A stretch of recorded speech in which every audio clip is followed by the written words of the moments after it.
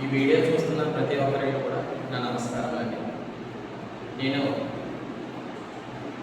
నర్సీపట్నంలో ఉన్నటువంటి లక్ష్య Navodaya Sainik academy director అండి. సో ఈ వీడియో చేయడానికి కారణం ఏంటంటే అసలు నవోదయ మరియు సైనిక్లో ఎన్ని మార్కులు వస్తే సీట్ వస్తుంది, దీని మీద ఒక అవగాహన కల్పించడం కోసం అయితే చాలామంది పేరెంట్స్కి నవోదయలో సైనిక్లో ఎన్ని మార్కులు వస్తే సీట్ వస్తుంది అనే అవగాహన కల్పించడం కోసం ఈ వీడియో చేస్తున్నాను. అయితే గత కొన్ని రోజులుగా నర్సీపట్నం చుట్టుపక్కల ఉన్నటువంటి రకరకాల విద్యా సంస్థలు రకరకాల కోచింగ్ సెంటర్లతో టైఅప్ అయ్యి ఈ విద్యార్థి మా దగ్గర చదువుకొని ఉండడం వల్లే మంచి ర్యాంకులు వచ్చాయి, స్టేట్ ర్యాంక్స్ వచ్చాయని ఈ మధ్య ఊరిక పబ్లిసిటీతో వదలగొడుతున్నారు. సో అయితే వాళ్ళకు వచ్చిన మార్కులకి సైనిక్లో సీట్ వస్తుందా, అసలు ఎన్ని మార్కులు రావాలి, సైనిక్లో ఎన్ని మార్కులు వస్తే సీట్ వస్తుంది, సో ఇవన్నీ ఒకసారి మనం డిస్కస్ చేద్దాం. సో అయితే ఇప్పుడు నేను బోర్డు మీద మీకు ఆల్రెడీ రాసి చూపించడం జరిగింది, మీకు ఒక స్క్రీన్లో కనిపిస్తూ ఉంటుంది. సో అయితే ఇక్కడ ఏపీలో వచ్చినటువంటి హైయెస్ట్ స్కోరు సైనిక్కి 300 మార్కులకు గాను 283 మార్కులు వచ్చాయి. అయితే సైనిక్లో 300 మార్కులకి మినిమం క్వాలిఫైయింగ్ మార్క్స్ వచ్చేసి 141 మార్కులు, అంటే 40% మార్కులు ఎగ్జామ్ రాసినటువంటి పిల్లలకి రావాలి.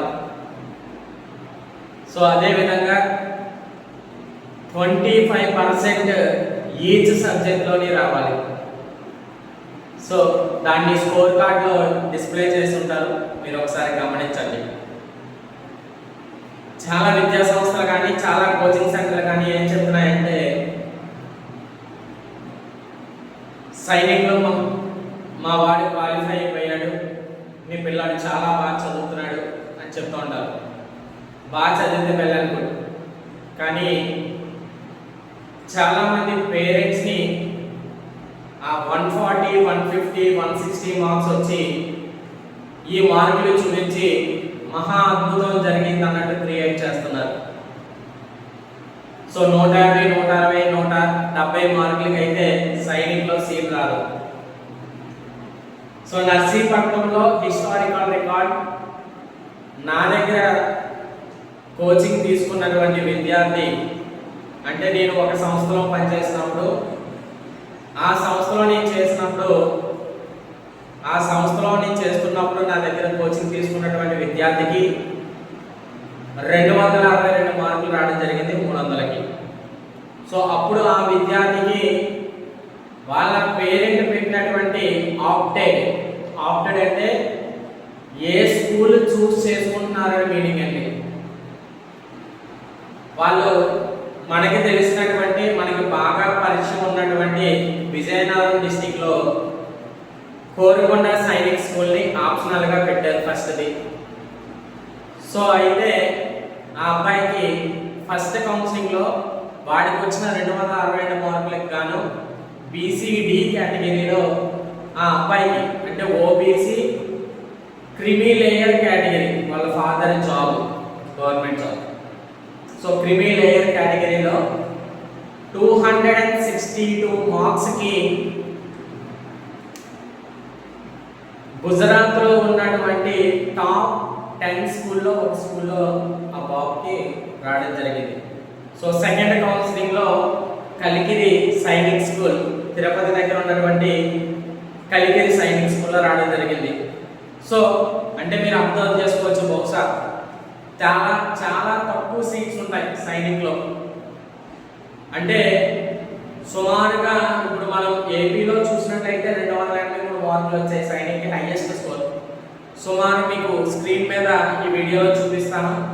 283 మార్కులు వచ్చినటువంటి సైనిక్ స్కూల్ విద్యార్థులు ఎంతమంది ఉన్నారు ఓబీసీ నాన్ క్రిమి లేయర్లో? సుమారుగా 10-15 మంది ఉన్నారు. సో ఓవరాల్గా ఇండియాలో చూసుకున్నట్లయితే 22 స్కూళ్ళు ఉన్నాయి, సైనిక్ స్కూళ్ళు గవర్నమెంట్వి. సో ఇందులో టాప్ 10లో ఉన్నటువంటి first school Korukonda Sainik school. So అదే విధంగా మనం ఇక్కడ అబ్జర్వ్ చేస్తే ప్రతి సబ్జెక్ట్ ఎన్ని మార్కులు అనేది నేను స్క్రీన్ మీద కూడా మీకు బోర్డు మీద కనిపిస్తూ ఉంటుంది. సో ఈచ్ సబ్జెక్ట్ 25% అంటే ఎన్ని మార్క్స్ వస్తే మీ అబ్బాయి ఆ సబ్జెక్ట్లో క్వాలిఫై అయినట్టు, అది కూడా నేను బోర్డు మీద డిస్ప్లే చేశాను. సో పేరెంట్స్కి ఇవన్నీ చెప్పరు, మీ బాబు క్వాలిఫై అయిపోతే సీట్ వచ్చినట్టు కాదు. ఇందాక సో నేను 6th 7th క్లాస్ చదువుకునేటప్పుడు బొడ్డుపల్లిలోని ఒక హౌస్లో రెంట్ ఉండేవాడిని. సో ఆ అక్క రీసెంట్గా నిన్న మా ఇంటికి వచ్చింది. సో నిన్న మా ఇంటికి వచ్చినప్పుడు తమ్ముడు నేను సబ్జెక్ట్ స్కూల్లో చదివిస్తున్నాను, సో ఎక్కడక్క అని అడిగాను. నర్సీపట్నం అని చెప్పింది. నర్సీపట్నం స్కూల్లో చదివిస్తున్నాను అంటే, సో అవునా అక్క, ఎలా ఉందాక స్టడీ బాగుందంటే, సో వెళ్ళండి, స్టడీ చాలా బాగుంది, అంతా బాగానే ఉంది. సో ఈ మధ్య మా స్కూల్లోని నవోదయ స్టేట్ ర్యాంక్ అంట, Sainik state first second third ranks ఆల్కో వచ్చాయంట కదంటే, ఎన్ని మార్క్స్ వచ్చాయక్క అని అడిగాను నేను. ఏమో తమ్ముడు తెలీదు, 150-160 మార్క్స్ అంటున్నారు తమ్ముడు అన్నది. సో 150-160 మార్క్స్ అయితే అసలు వాళ్ళ యొక్క లాగిన్ క్రెడెన్షియల్ డీటెయిల్స్ అనేవి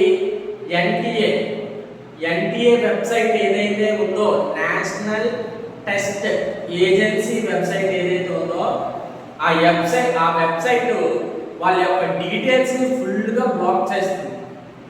ఎందుకు బ్లాక్ చేస్తుందంటే, the candidate is not eligible for the admission to take into సైనిక్లోకి అడ్మిషన్ తీసుకోవడానికి అవకాశం లేదు ఆ బాబుకి. ఎందుకు?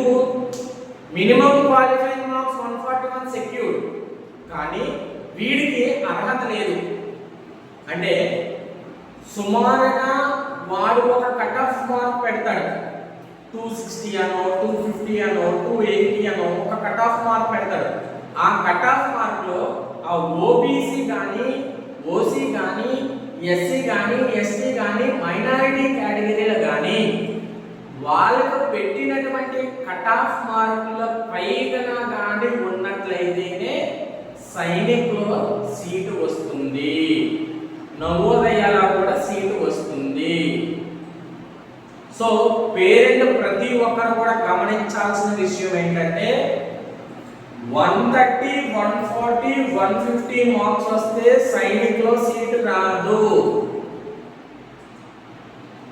సైనిక్లో సీటు రావాలి అంటే మినిమం 260+ మార్క్స్ ఉండాలి. సో నేను ఇందాక మీకు చెప్పినట్లు గవర్నమెంట్ జాబ్ చేస్తున్నటువంటి వాళ్ళ నాన్నగారు చెప్పాను కదా ఇందాక, ఆ బాబుకి 262 మార్క్స్ వచ్చాయి. సో దీన్ని బట్టి మీరు అబ్జర్వ్ చేయాల్సింది ఏంటంటే, ప్రతి సంవత్సరానికి కాంపిటీషన్ ఇంక్రీజ్ అవుతూ ఉంటుంది కానీ ఎక్కడ డిక్రీజ్ కాదు. ఇది కూడా మీరు పేరెంట్స్ అందరూ కూడా గమనించాలి. సో ఎందుకు పదే నేను చెప్తా పోతానంటే, నర్సీపట్నంలో సగానికి పైన ఉన్నటువంటి కోచింగ్ సెంటర్లో పేరెంట్స్ ని భ్రమలో పెట్టి అడ్మిషన్స్ ని చేసుకుంటున్నాయి. ఉన్నట్టు ఫ్యాక్ట్ గా చెప్పాలంటే ఆ కోచింగ్ సెంటర్లో ఎన్ని మార్క్స్ వచ్చాయి, ఎన్ని సీట్స్ వచ్చాయి, అసలు మీరు ఎప్పటి నుంచి కోచింగ్ సెంటర్ దగ్గర రన్ చేస్తున్నారు, ఇవన్నీ ఓపెన్ ఫ్యాక్ట్ గా చెప్పండి, చెప్పమనండి, అడగండి మీరు. సో ఎంతమంది స్టూడెంట్స్ క్వాలిఫైడ్ అయ్యారు కాదు ఇంపార్టెంట్, అక్కడ గమనించాలి మీరు. ఎంతమందికి సీట్స్ వచ్చాయి అన్నదే ఇంపార్టెంట్. కోరుకొండ సైనిక్ స్కూల్లో సీట్ ఎంతమందికి వచ్చింది, కలికిరి సైనిక్ స్కూల్లో సీట్ ఎంతమందికి వచ్చింది, గుజరాత్ సైనిక్ స్కూల్లో సీట్ ఎంతమందికి వచ్చింది? సో ఇలాంటివే కనుక్కోండి. అంతేగాని బెదరగొడుతున్నారు ఫోన్లు చేస్తున్నారని తీసుకెళ్లి జాయిన్ చేసేయడం కాదండి. పేరెంట్స్ ఒకసారి ఆలోచించండి, ఆ సంస్థలో క్వాలిఫైడ్ టీచర్స్ ఉన్నారా లేదా, ఎంతవరకు వాళ్ళు ఈ పిల్లలకి సబ్జెక్ట్ ని ఇంజెక్ట్ చేయగలుగుతున్నారు, అసలు బై హార్ట్ మెథడ్ నే ఫాలో అవుతున్నారా ఇంకా, ఇలాంటివన్నీ తెలుసుకోండి. కాన్సెప్ట్ చెప్తున్నారా లేదా అన్నది పేరెంట్స్ అడగండి. పిల్లాడిని అడిగితే పిల్లాడికి తెలియదు. ఆ సంస్థలో ఆల్రెడీ గత 2-3 సంవత్సరాలుగా కోచింగ్ తీసుకుంటూనో లేక చదువుకుంటూనో ఉంటూ ఉన్నటువంటి పేరెంట్స్ యొక్క తల్లిదండ్రుల్ని అడగండి. అదే ఆ పిల్లాడి యొక్క తల్లిదండ్రులను అడగండి. అప్పుడే ఆ కోచింగ్ సెంటర్లో జాయిన్ చెయ్యండి. అంతేగాని ఎవరో ఏదో చెప్పారని, వాళ్ళు చెప్పారు వీళ్ళు చెప్పారని కాకుండా కోచింగ్ సెంటర్లో నాణ్యత ఉన్నదా లేదా తెలుసుకునే జాయిన్ చేయండి. నేను మీకు అందరికీ చెప్పేది ఒకటే, పేరెంట్స్ అందరికీ కూడా నాణ్యమైన విద్యను అందించడానికి నేను ఎంత దూరమైనా ప్రయాణిస్తాను. నేను ఉన్నది ఉన్నట్టుగానే చెప్తాను. పోయిన సంవత్సరం మా దగ్గర కూడా ఒక బాబు కోచింగ్ తీసుకున్నాడు. బాబుకి సీట్ రాలేదు కాబట్టి ఓపెన్ గా చెప్తున్నాను రాలేదు అని. క్వాలిఫై అయిపోతే సీట్ రాదండి బాబు, ఎక్కువ మార్కులు రావాలండి, అప్పుడే సీట్ వస్తుందండి అని చెప్తాను నేను. ఒకసారి మీరు యూట్యూబ్ ఓపెన్ చేసి సైనిక్ స్కూల్లో కానీ నవోదయ స్కూల్లో కానీ ఎన్ని మార్కులు వస్తే సీట్ వస్తుందో మీరు గమనించండి. ఒకసారి వీడియోస్ చూడండి.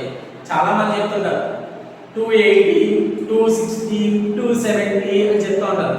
కానీ నర్సీపట్నంలో మాత్రం 150, 160, 130, 140, 180 వచ్చిన సీట్ వచ్చేస్తుందేమో మరి. ఈ కోచింగ్ సెంటర్లో అందరూ చెప్తూ ఉంటారు కదా.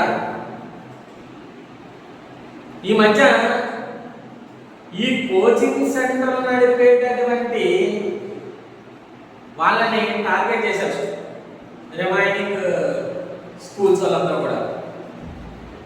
ప్రతి స్కూల్లోని కూడా సైనిక్ నవోదయ కోచింగ్ సెంటర్ ఉంటుంది. అంటే అకాడమిక్ కరికులం వేరు, Sainik Navodaya coaching centre run చేస్తున్నటువంటి కరికులం వేరు. రన్ చేసుకోవడంలో తప్పు కాదండి. సో మీకు చెప్పేటటువంటి క్యాపబిలిటీ టీచర్స్ మీ దగ్గర ఉన్నారా? కొన్ని సంస్థలు అయితే ఒకటే టీచర్ ఉంటాడు, ఆడే అన్ని సబ్జెక్టులో చెప్పాలి. నేను పనిచేసాను ఒక సంస్థలో, ఆ సంస్థలో మొత్తం అన్ని సబ్జెక్టులు నేనే చెప్పుకున్నాను. పేరెంట్స్ వచ్చి అప్పటికి అడుగుతున్నారు, ఏంటి దేనికి టీచర్ లేదు, దానికి టీచర్ లేదు, దానికి టీచర్ లేదు అని అడుగుతున్నారు. సమ్ ఎక్స్ కోచింగ్ సెంటర్లో ప్రతి సబ్జెక్ట్ ఒక టీచర్ ఉండేవారట. అది తీసుకొచ్చి ఇక్కడ అడిగేవారు, ఇది సమాధానం లేదన్నారా.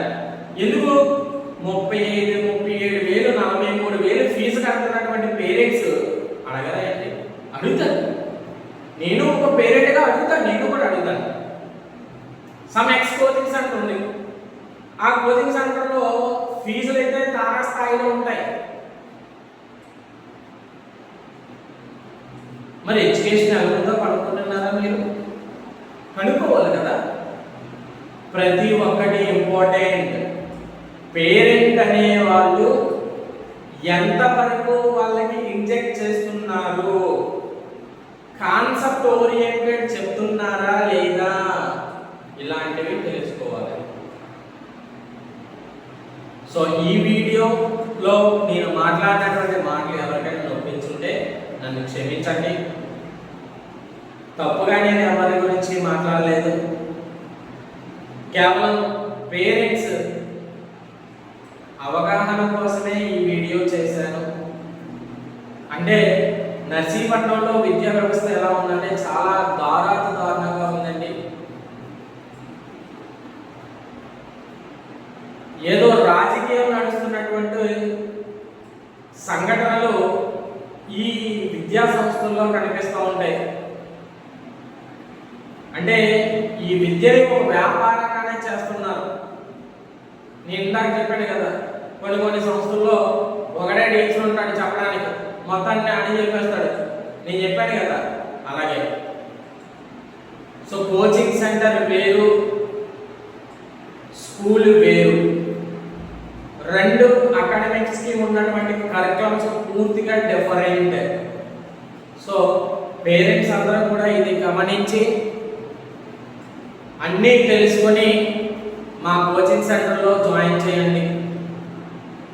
మా కోచింగ్ సెంటర్లో కేవలం 30 మంది విద్యార్థులను మాత్రమే తీసుకోవలను. 30 మంది అంటే సెక్షన్కి 30 మంది ఉండరండి. సైనిక్ 10 మంది, నవోదయకి 20 మంది. సో వీళ్ళని మాత్రమే తీసుకుంటాము, మరి ఎవరిని తీసుకోము. అంటే కేవలం 30 మంది విద్యార్థులను మాత్రమే తీసుకుంటాము.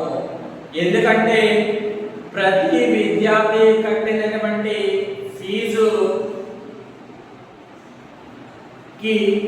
ఫీజుకి న్యాయం చేయాలనే ఉద్దేశంతో, అంటే నా దగ్గరికి వచ్చినటువంటి పేరెంట్ వెళ్ళేటప్పుడు చాలా హ్యాపీగా వెళ్ళాలి. క్వాలిటీ ఆఫ్ ఎడ్యుకేషన్ ఇవ్వడంలో నేను ఎప్పుడు రాజీ పడను. అదేవిధంగా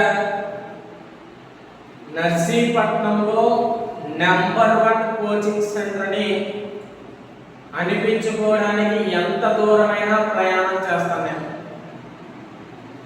సో నేను ఈ కోచింగ్ సెంటర్ రన్ చేయడం నాకు కొత్తది కాదండి. గత కొన్ని సంవత్సరాలుగా మీరు పేరే వినే ఉంటారు, శ్రీ భవిష్య ఇన్స్టిట్యూట్ అని. సో ఆ కోచింగ్ సెంటర్ని సుమారు 8-9 సంవత్సరాలు రన్ చేయడం జరిగింది. సో తర్వాత కొన్ని అనివార్య కారణాల వల్ల కోచింగ్ సెంటర్ని వదిలేశాను. మళ్ళీ గత సంవత్సరం నుంచి 2025-26 అకాడమిక్ సంవత్సరం నుంచి ఈ లక్ష్య నవోదయ సైనిక్ అకాడమీ అనే దాన్ని నర్సీపట్నంలో ఉన్నటువంటి వెంకనాయుడుపేట ఎంపీపీ స్కూల్ ఎదురుగా ఈ కోచింగ్ సెంటర్ని పెట్టడం జరిగింది. సో అదేవిధంగా ఏప్రిల్ 26వ తేదీ 2026వ సంవత్సరం ఆ రోజున నవోదయ మరియు సైనిక్ మరియు ఆర్ఎంఎస్లకు ఫ్రీ టాలెంట్ టెస్ట్ కండక్ట్ చేస్తున్నాం. సో అదేవిధంగా 6th నుంచి 10th వచ్చేటటువంటి విద్యార్థులు ఎవరైతే ఉన్నారో వాళ్ళందరికీ ఐఐటి ఫౌండేషన్కి సంబంధించినటువంటి ఒక ఫ్రీ టాలెంట్ టెస్ట్ని కూడా కండక్ట్ చేస్తున్నాం. సో దీనికి సంబంధించినటువంటి మరిన్ని అప్డేట్స్ కోసం మా ఛానల్ని సబ్స్క్రైబ్ చేసుకోండి, లైక్ చేయండి, షేర్ చేయండి.